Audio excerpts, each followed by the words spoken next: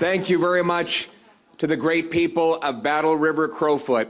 If I stand before you here today, it is by the grace of God and the good generosity of so many people, the first of which I must start with is my incredible wife, Anna. Anna, yes, give her a round of applause. Where did she go?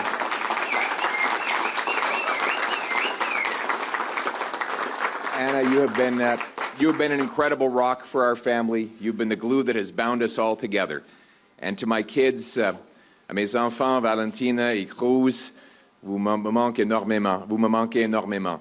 Yeah, my kids have been incredibly patient and understanding as Dad has been on the road a tremendous amount over a long period of time. And especially little Valentina, I haven't seen in a while, but I want them to know that we do this work for them and for all of Canada's kids. Thank you to the incredible Damien Couric, who has made, thank you.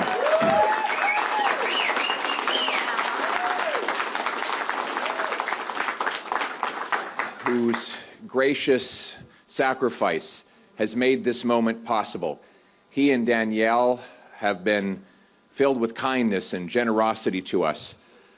The story that most captures the essence of the Couric family happened at a tragic moment in their life. Last harvest, Damien lost his best friend and his father right in the middle of the harvest. And of course, this was a heartbreaking moment for him. He had spent his childhood basically being mentored by this gentleman who had taught him everything he knew. But then he had to ask himself, how are we going to get the crop off? 6,000 acres. And the leader of all of this work was no longer with them. And suddenly, dozens of combines from across Battle River-Crowfoot appeared at the Couric farm and scattered out into the fields and brought home the harvest. Without asking for anything in return, these incredible neighbors, friends, and people perhaps they didn't even know showed up to give a helping hand. This was bringing in the harvest in more than one way. For the Couric family has planted the seeds of friendship across this region for over 100 years. And the seeds of those friendships came home in that beautiful harvest on that day. And that epitomizes the great people of Battle River-Crowfoot, for whom I am grateful that I will have the chance to be their humble servant, to fight every day and in every way for the people in this region who feed, power, and protect all of Canada. These are the farmers, the tradespeople, the soldiers, the prison guards, the entrepreneurs, and so much more. Through drought and depression, through booms and busts, they've come through it all, and they've never stopped. But this incredible region and its amazing people have suffered terribly over the last 10 years. I have seen the main streets that have been hollowed out, and the trades workers who are underemployed because there is just not the work, as the federal government has attacked the oil and gas sector and favored foreign producers. This is the truth here in Battle River-Crowfoot and in many communities across this country. Over the last 10 years, Liberal policies have sent crime, immigration, housing costs, inflation spiraling out of control. Now, they promised recently that things would be different. But under Mr. Carney and his 157 days in office, they've only gotten worse. There have been many announcements and meetings, many photo ops, and a lot of jazz, but not a lot of results. He sent everyone home for a summer vacation. He sent them home even though the deficit is spiraling out of control. Inflation is up, elbows are down, no resource projects are underway, and the housing crisis worsens as builders can't afford to build and buyers can't afford to buy. That's why us Conservatives have our work cut out for us. This fall, as Parliament returns, we will not only oppose out-of-control Liberal inflation, crime, immigration, cost of living, and housing prices, but we will propose real solutions for safe streets, secure borders, a stronger and sovereign country with bigger take-home pay for our people.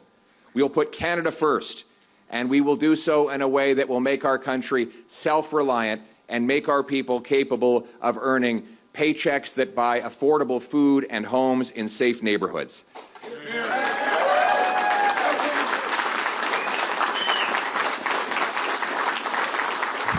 Thank you. Cet automne, à la reprise des travaux parlementaires, on ne se contentera pas de s'opposer à la criminalité, l'endettement et l'immigration et le coût de la vie hors de contrôle des libéraux. On va proposer des vraies solutions pour changer des choses, pour rendre nos rues sécuritaires, nos frontières sûres et les salaires des travailleurs plus forts, la vie plus abordable. On va mettre le Canada d'abord en automne, en travaillant pour les travailleurs, les gens qui font le travail acharné pour qu'ils puissent avoir un bon chèque de paie et une belle vie dans des communautés sécuritaires. Et nous serons prêts à travailler avec n'importe quel parti pour réaliser ces objectifs. We are going to be ready to work with any party to get these results.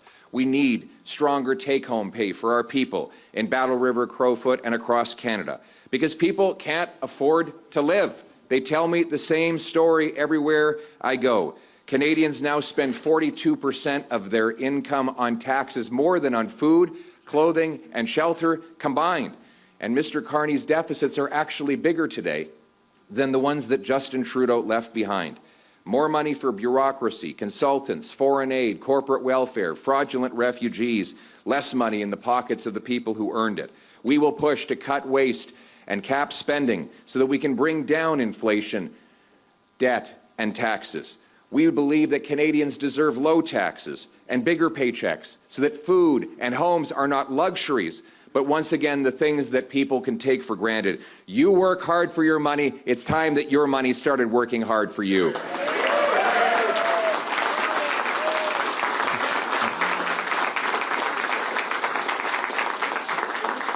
And transportation is one of the biggest costs to get around in this country. It's a big country, a cold country. How many came here in their electric car today? Not many. Anybody driving from Provost or Oyen and in your electric vehicle? Hardisty, from Hardisty? No. You might be on the side of the road right now. And yet in 6 months, Mr. Carney expects to have an electric vehicle mandate imposed, with $20,000 per vehicle taxes applying to any vehicle above his mandated quota. This is a direct attack on rural life and on the cost of living in Canada. It will wipe out our auto sector. It is not an exaggeration to say that the majority of communities in Battle River-Crowfoot and across rural and remote Canada would not exist if an electric vehicle mandate were in place. And that is why Conservatives are going to mount a massive pressure campaign at dealerships, at auto plants, in communities across the country and on the floor of the House of Commons to stop the electric vehicle mandate and allow Canadians to buy the car or truck of their choice. You should be back in the driver's seat.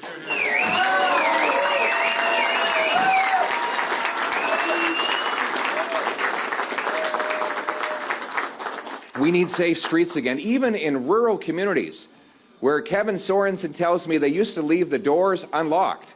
Now people don't feel so safe. In rural communities on farms, the thieves are showing up and siphoning gas and stealing copper. More dangerous and violent drug offenses are happening everywhere. Conservatives will push for laws that lock up violent offenders, ban drugs, treat addiction, and make our communities safe to raise families and for seniors to retire. We'll also protect the lawful, licensed, trained, and tested firearms owners. Having a hunting rifle in rural communities is not just a matter of recreation. It is a way to feed your family.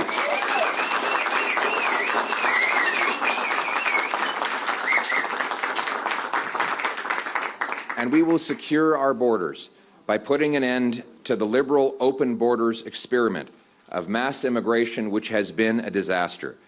Over the next several years, we need to have more people leaving than coming, so that citizens in Canada can afford homes, can find jobs, and health care again. Conservatives welcome lawful, orderly immigration, but it has to be done in our national interest, the right people, and in the right numbers. In other words, we will fight to restore an immigration system that puts Canada first.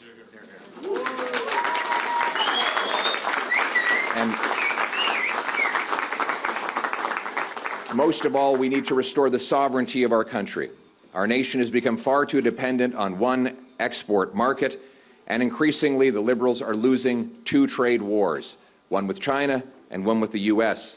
Since Mr. Carney took office, $60 billion of net investment has fled the country to escape high Liberal taxes and brutal anti-development policies. This has weakened our economy and our negotiating position against other countries that want to take advantage of us. Those investors are taking their money to other places that have lower taxes and more favorable treatment. Meanwhile, U.S. and Chinese tariffs have actually worsened since Mr. Carney got elected, and that was an election that he ran on getting a better deal.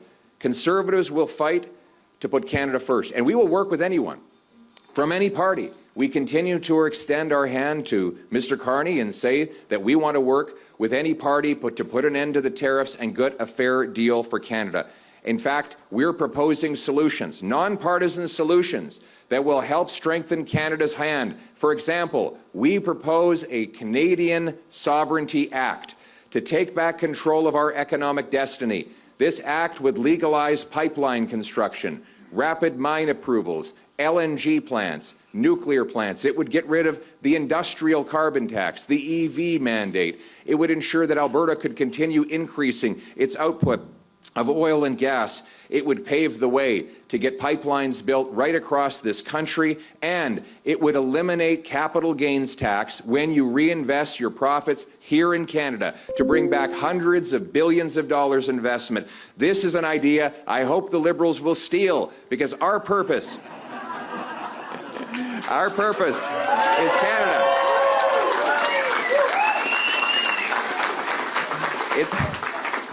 It's a plan that will mean that we dig mines, lay pipe, open ports, unleash the might of our worker and the genius of our entrepreneur in a bigger, more powerful free enterprise economy that put Canadians back in charge of their lives. These steps will save you money, restore safety in your streets, secure your borders, and strengthen your nation's sovereignty. These are based on common sense, getting back to basics, things I learned a lot about when I was traveling around the great communities of the region of Battle River-Crowfoot. And I have to say, you know, some might have thought it was a burden for me to come right off the campaign trail in a national campaign and go straight to knocking on doors, to traveling throughout a region of 56,000 square kilometers. But I'll tell you something, it was not a burden at all. This has been a privilege. Getting to know the people in this region has been the privilege of my life. In fact,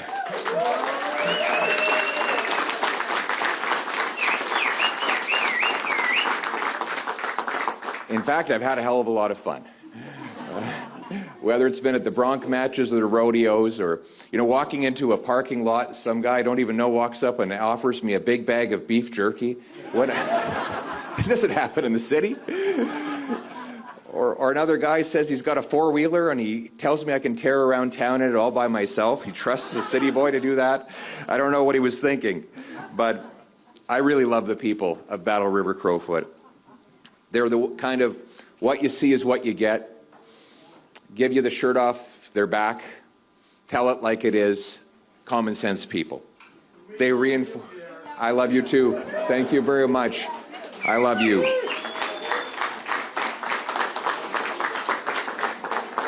And they reinforced a lot of lessons that all of us in politics have to learn and relearn again. Humility and hard work, loyalty and love. You see, the people in these communities, they fight their own battles, but they're always ready to stop and help a neighbor or a friend.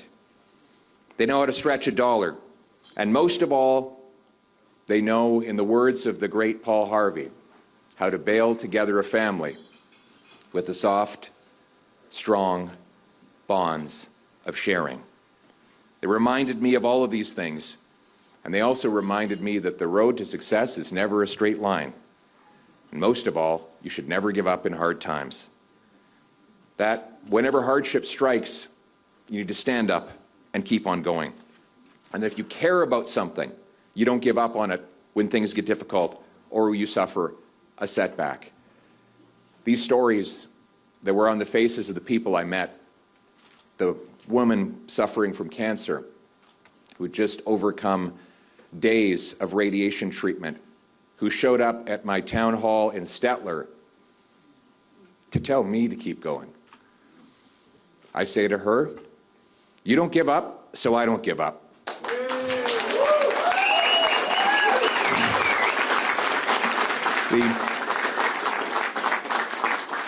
The waitress I met in the same town who told me she also works as a teacher and a ranch hand, but has no money left at the end of the month, somehow having 3 jobs. Because she doesn't give up, I won't give up. Or Patty. Patty, a female prison guard who works at the Drumheller Penitentiary and who was tied up and viciously assaulted by a violent criminal, and told me that she wasn't afraid because she was too busy thinking about the job that she had to do to protect her fellow prison guards. My message to her is, you don't give up, so I don't give up. To Bill Bauer,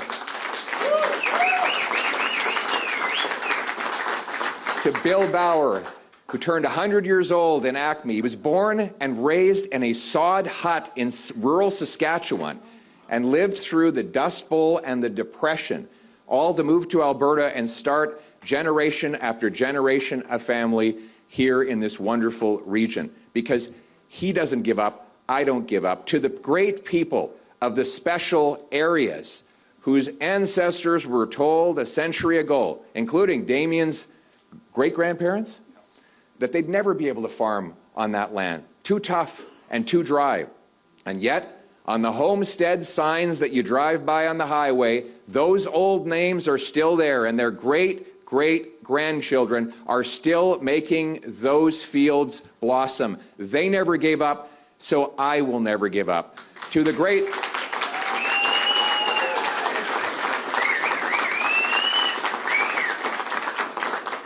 Because as my mother, who's here today, taught me, when you get knocked down, you get up and you keep on going. If you believe in what you're doing, you march forward. And so I say to all of the people, not just in the great region of Battle River-Crowfoot, but right across this country, to anyone who has been knocked down, but has got back up and kept on going, you haven't given up, so I won't give up. Together, we will work together, we will fight together, we will sacrifice together to restore the opportunity that our grandparents left for us so that we can leave it for our grandchildren, so that we can once again restore a country that is strong, self-reliant, and sovereign. That is the country we're in this for. That is why we stay united. That is why we go forward. May God keep our land glorious and free. Thank you very much. Thank you.